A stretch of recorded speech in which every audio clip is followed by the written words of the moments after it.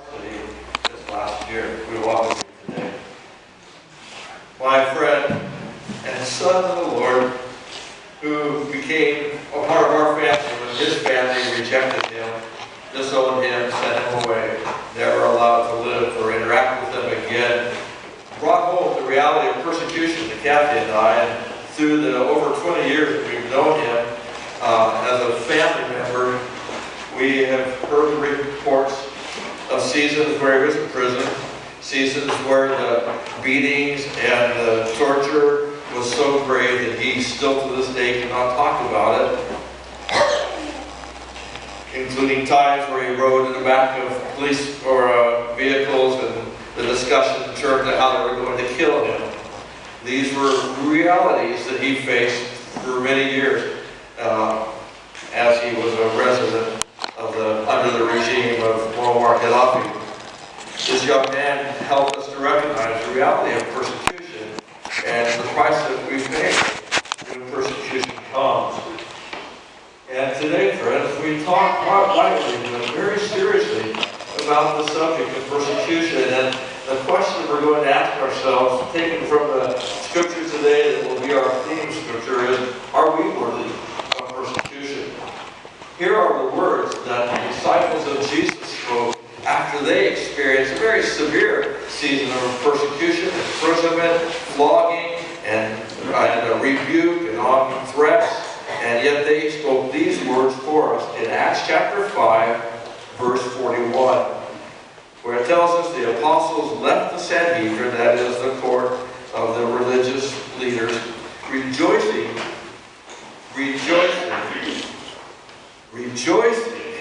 because they had been counted worthy of suffering disgrace for the name.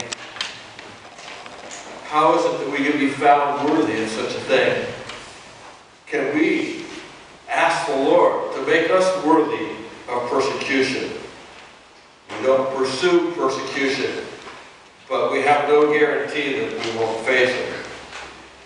Now is the time to say, Lord, produce in us whatever it takes so that we would be worthy of persecution and able to give testimony like these disciples and stand and declare that we can rejoice, be counted worthy of persecution.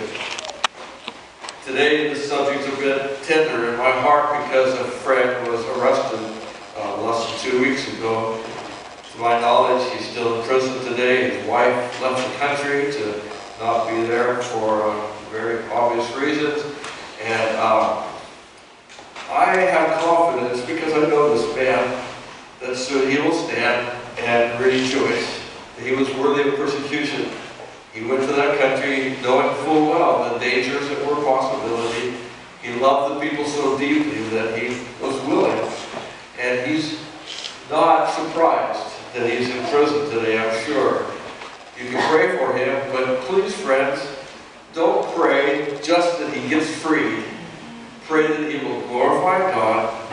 Pray that he will be able to rejoice that he is worthy of persecution. And let us today take a hard look at our lives and say, Lord, stir me.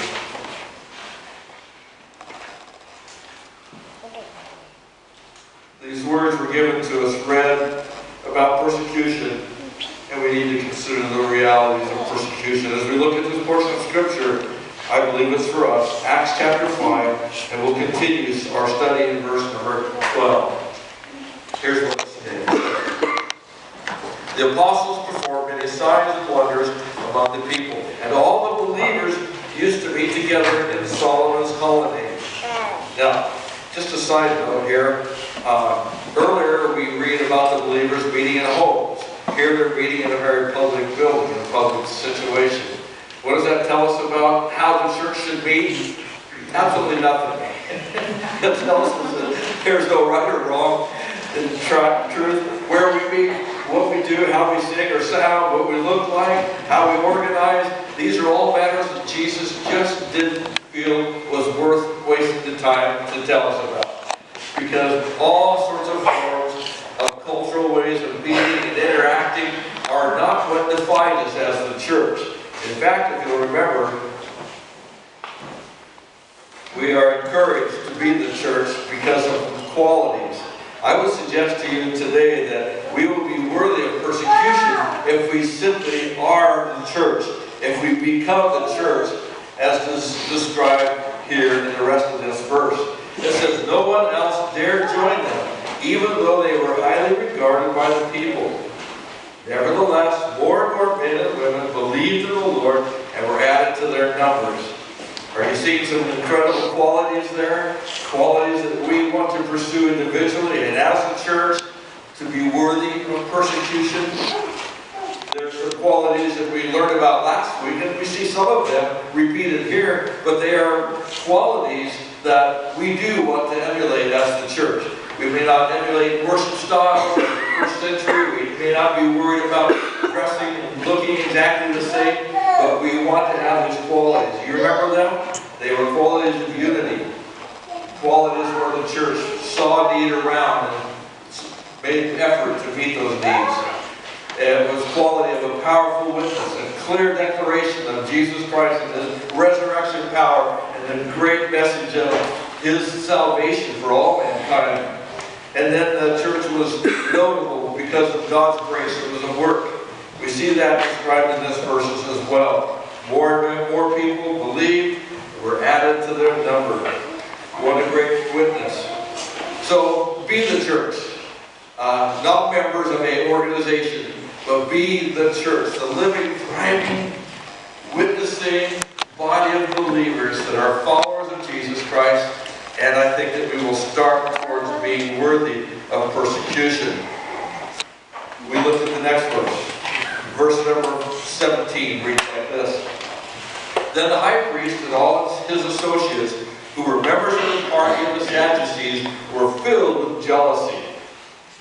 We shouldn't be surprised in that kind of a reaction from those who watch us if we're being the church. They arrested the apostles and put them in the public jail. That must have been embarrassing. For during the night, an angel of the Lord opened the doors of the jail and brought them out. Go stand in the temple courts. This marvelous angel spoke to them, and tell the people all about this new life. At daybreak, they did. They entered the temple courts as they had been told and began to teach the people.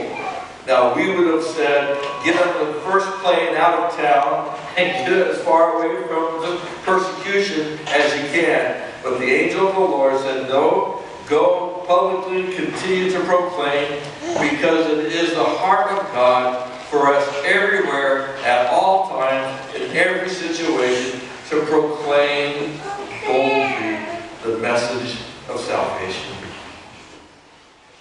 That's not all we need to do. In fact, the truth is, there's a lot of reasons that we don't want to do that. A lot of them boil down to fear. And yet some of us might say, I don't want to offend. I don't want to be bold about my witness and be always preaching and telling people because I might offend someone. But friends, when will we learn that we don't want to just lovingly help people towards help, but that causing offense or the fear of causing offense might be the price to pay for seeing some people understand and respond to the good news of Jesus Christ. Maybe you join with me, and I have a great excuse. Oh, I don't have many unbelieving friends. I'm a pastor. Everybody I know is a Christian. God's kind of working on my heart about that one. Maybe you join me and say, Lord, give me more unbelieving friends and help me to be bold. Some of us will say, well, I'm shy or I'm embarrassed. Friends, that's just another word for fear. And fear is not what God's called us to be. He's called us to be people that will boldly declare to the north and south, the east and the west, as we say today, to declare the good news of Jesus Christ. Now, some of you are saying now, why don't you speak about a message like this to us? Because, there's a whole bunch of us here that intentionally have left our countries, and we're here because we really desire to proclaim boldly. Oh, friend, we need to be reminded, each and every one of us recognize the reality that this is something we've got to be reminded of, and pressing on because it becomes a low priority as life fills us with all sorts of other activities and things to do. Lord help us. We need to be reminded.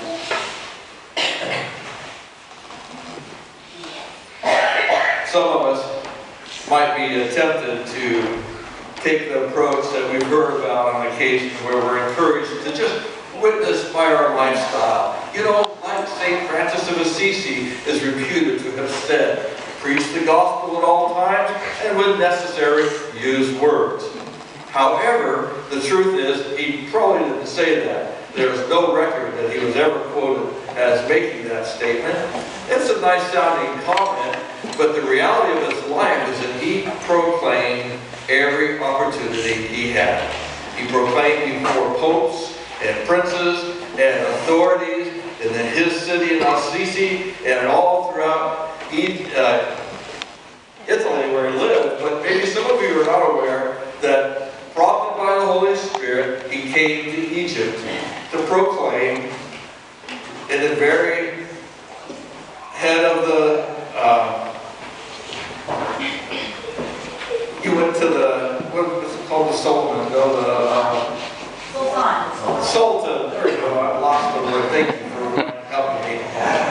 He went to the Sultan, who was in charge of the battle that was going on. It was during the crusade, and he came to this very land and proclaimed boldly right there in the leader's household the truth of the gospel of Jesus Christ. So we don't want to let that be an excuse. We should not be a either-or situation where we witness by our lifestyle and we witness with our proclamation. It should be both, not either-or, not exclusively one or the other. Both of them should be a part of what God's calling us to do. Amen?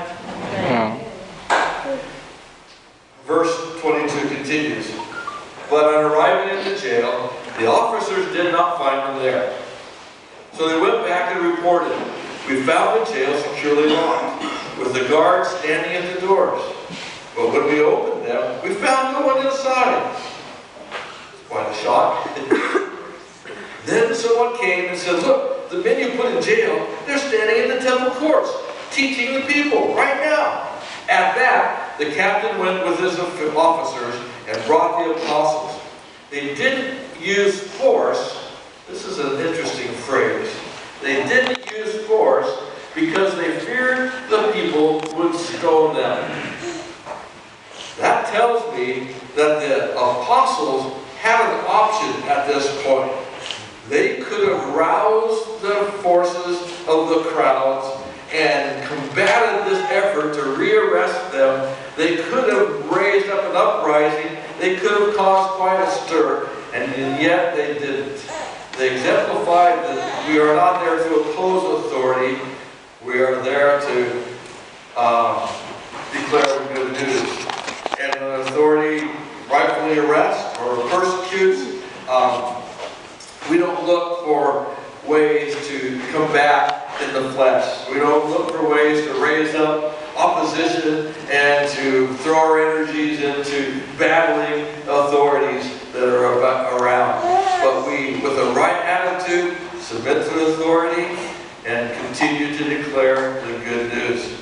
I think they showed respect to authority that we continue to do, even if we're in persecution or in a situation where we are being harassed. A friend of mine last week, 2 weeks ago, was speaking to an Iraqi pastor in Iraq and asking him, well, are you being persecuted? And this Iraqi pastor said, no, not really. I just, know that every day I'm going to be called into the office to sit for some hours and be questioned. And if I don't show up, they'll come to my house to proceed to interrogate and question me. And just to let me know that they're watching me closely. Well, he didn't call that persecution. He wasn't raising up, trying to send the news out to everybody to oppose the Iraqi government. He was just with a respectful attitude describing what he's experiencing. That kind of an attitude, I think, is appropriate. And I believe God would have us to emulate that if we find ourselves worthy of persecution. I hope you're beginning already to ask yourselves, am I worthy of persecution? Is that something I want? Do I want to be that kind of a believer? Do I want to be that kind of a follower of Jesus Christ that would one day be worthy of persecution should it come my way? We continue in verse 27. The apostles were brought in and made to appear before the Sanhedrin to be questioned by the high priest. We gave you strict orders not to teach in his name, he said. Yet you have filled Jerusalem with your teaching and are determined to make us guilty of this man's blood. Peter and the other apostles replied, we must obey God rather than human beings. Friends, if we're going to be worthy of persecution, that means that we will be obedient to God, no matter what. That we'll be obedient to God, even if it requires us to disobey the direct orders of man. That would be the time where we are not with the wrong attitude, but with the resistance that God directs. We would be undeterred by threat, not afraid of accusation, not offended by questioning, but obedient to God and continue undeterred by these kinds of actions. Now, we have the option. Are we going to fear God or are we going to fear man? That is what was a very clear option to the apostles. They declared, that's our two choices. It's one or the other. There's no middle ground. And we're going to choose to fear God, to reverence Him, to obey Him, to be obedient to God and what He said. So weeks ago, we announced to you that Kathy and I would be leaving as pastors of this church for the purpose of going and providing member care to people that are scattered throughout this region. And at that point, I'll have to admit, we were kind of excited about this new opportunity. We get to travel to see our kids in all these different countries of North Africa and Middle East. And then somebody was describing to me the joys of travel in Libya and Iraq, Algeria, and all of a sudden the glamour kind of disappeared and it was replaced by a healthy amount of fear. The reality that we're not doing this because it sounds like fun. Okay, there was a dream in my heart one day to travel all across North Africa on a motorcycle from Cairo to Tangier. I've pretty much given that dream up because Kathy refuses to ride on a motorcycle anymore.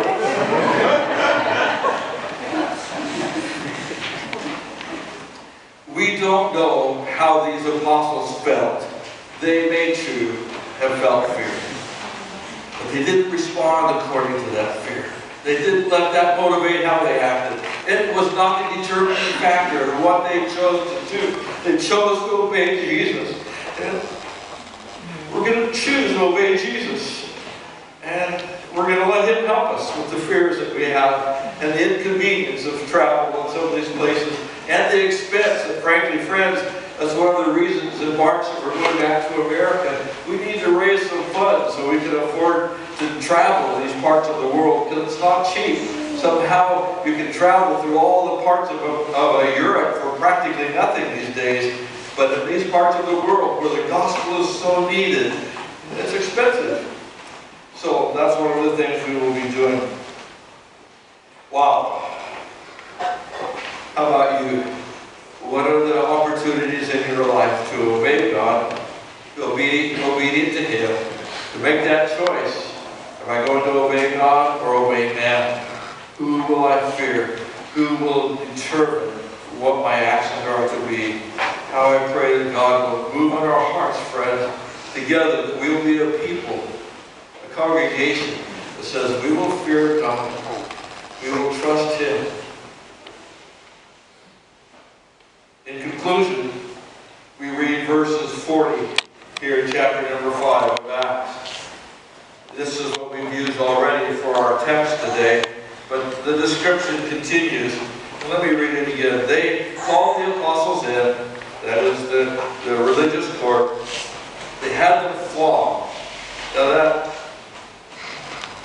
We don't know exactly, there's no description exactly how that happened, how many times they were beaten, how badly they were beaten, what were the repercussions of that. But anybody here still remember being spanked by your mom and dad? I don't, but I remember giving some spankings, and they were fun. What about public flogging? Can't imagine. Public flogging. We ordered them to not speak in the name of Jesus, and they let them go. The apostles left the Sanhedrin rejoicing because they had been counted worthy of suffering disgrace for the name. That's what we've been focusing on. But look at the rest of this verse. Day after day, in the temple courts and from house to house, they never stopped teaching and proclaiming the good news that Jesus is the Messiah. Nothing stopped them. They were worthy of persecution because nothing stopped them from proclaiming. No amount of threat, no amount of suffering, public humiliation kept them from determining that they would obey God rather than man.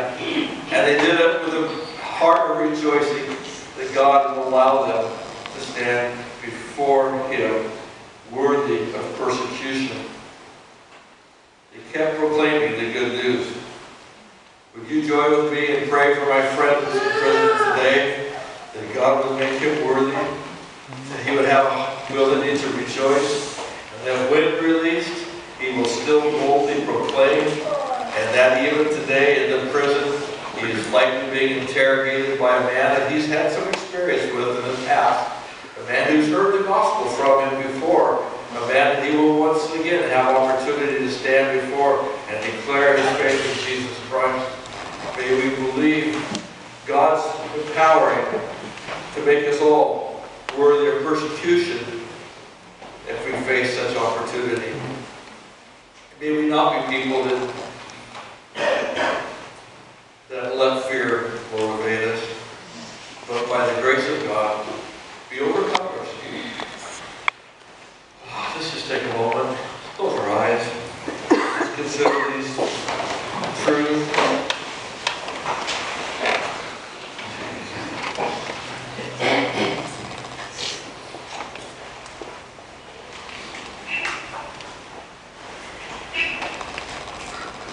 We're just kind of letting the Lord speak to us, recommitting our hearts to Jesus and being His witnesses. I'm going to ask the worship team to come and prepare to sing us again that North and South proclamation that we want to do.